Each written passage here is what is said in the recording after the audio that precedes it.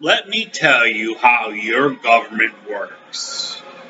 First, you have your lowest paying collegiate training program, computer science. The police, secondary education instructional mentors such as aircraft mechanics or automotive mechanics instructor, or a military professional that runs the state police training program, the academy, where the police go after getting their comp sci degree. That's your lowest paying profession out of college. Behind, of course, your second lowest paying medicine, such as veterinary sciences, pharmacology, surgery, biochemistry, or of course pharmacy. All of them conjoined upon under various biology programs. At the top, we have economics, which designs all of this. Underneath, business, which is for marketing and private firm intelligence on hires. And then below that, we have communication, psychology, and sociology, which are the various functions of accounting at a private or public firm. Private being non-necessary for infrastructure. We can have it without roads and stuff, and public being you need to insure it and collect taxes to maintain it, which means it's necessary to have infrastructure to have this. And in the middle, a whole bunch of things like, I don't know, humanities for second choice majors, nursing for professorships of medical school or maintenance of psychiatric or hospital facilities, or the most important, mathematics, statistics, and education. Mathematics for being design of computer systems, especially the hardware. Statistics being for data mining and forensics by the police. And education being for parole, probation, or corrective services. Now, it's impossible without a lawsuit for a gay man, someone who touches you on top of the head, to make it through these services or educated degrees without taking a gender science, women's sciences, or a ethnic studies course.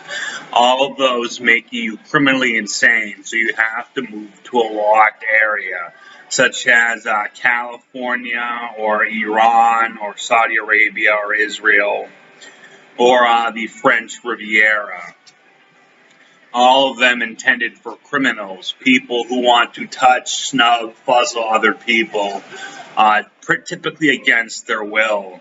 It means you took film, theater, glee, acting, or theater, or drama, particularly in high school, or if in college you work out of caste systems for criminals, harboring felons so they can make art or propaganda or work in call centers, collectively called Scientology or social work, actually called a sweatshop, management of a warehouse or factory. So-called engineering majors, actually a collegiate program to lure in rapists and narcissists. Narcissists being homosexual pimps, and rapists being anybody useful for decking down a criminal on campus before they drop them out into the underclasses, the lower classes. Now, this was all designed in Britain. It's called the Oxford system. We've had this for about 700 years, originally being monasteries for Gentiles and universities for Jews, with the Jews having rabbis to sell educational courses and texts to the monks to train people after cathedral, your primary school, your equivalent of K through 12, and college being a monastery, to work as a criminologist. versus the Jews attending their own separate schools in their ghettos, and then going to a university under rabbis and professors and patronages of the arts. Women with Jewish men with Gentile wives that patronize artists for use with the Lord's feudal manner of making paintings and sculptures and statuettes, criminology, the way to spot witches, anyone opposing the use of marijuana and alcohol at the same time through at any point of their life, of course burned at the stake for being Christ killers, Nubians. Also, once the cultivation of marijuana in Europe began, links to Africa under the Roman days were unnecessary. We had our own grass, our own pot, and of course we already had fermentation.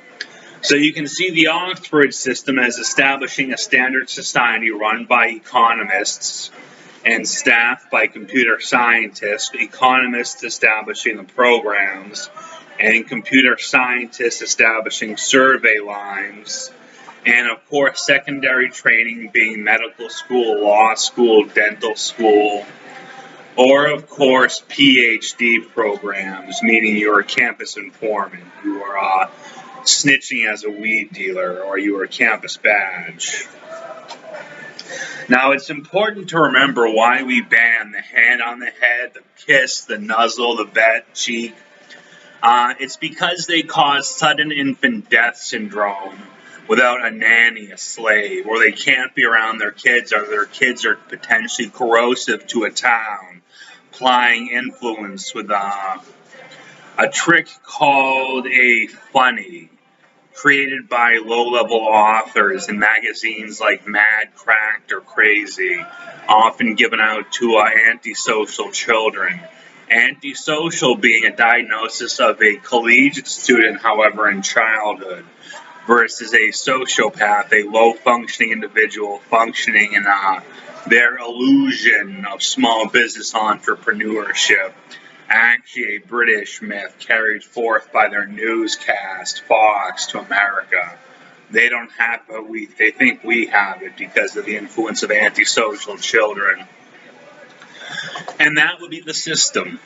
That's America. And Britain, Europe, mainland China, Canada, Australia, New Zealand, Tasmania, and of course South America. All of it essential and interconnecting us internationally with the mutual scholarship of Federal Bureau.